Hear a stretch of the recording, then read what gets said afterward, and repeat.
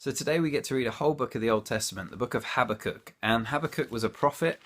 He was living among the people of Judah, we think, and he has a whole conversation with God, and it's one that I can certainly relate to. You probably can as well. The conversation starts off with Habakkuk looking around at the people of Judah in chapter 1 and saying, "Why are you allowing so much injustice here, God? Why aren't you doing more to punish the wicked? I thought you were meant to be good."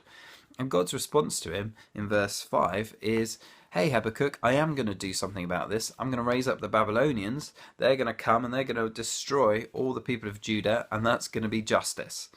Now for Habakkuk, that wasn't good news, and so his response, and again you can relate to this, is in verse 12. Hang on a second, God, aren't the Babylonians even worse than we are? So why is it that you're using this people who are even more violent to come and punish us?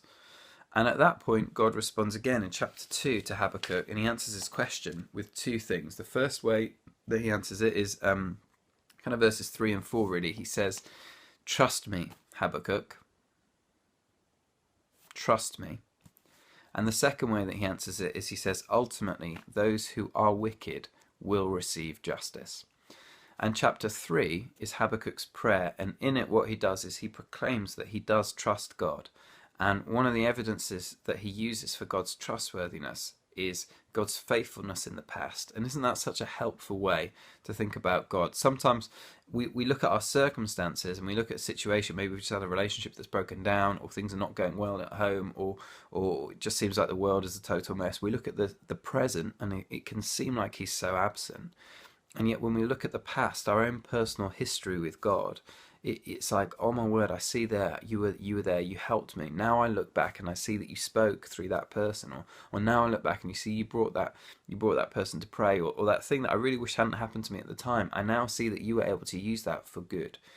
And Habakkuk goes through Israel's own history about God rescuing them from Egypt and other things, and he says, on the basis of the fact that you have been so faithful, I'm going to choose to trust you in these circumstances today.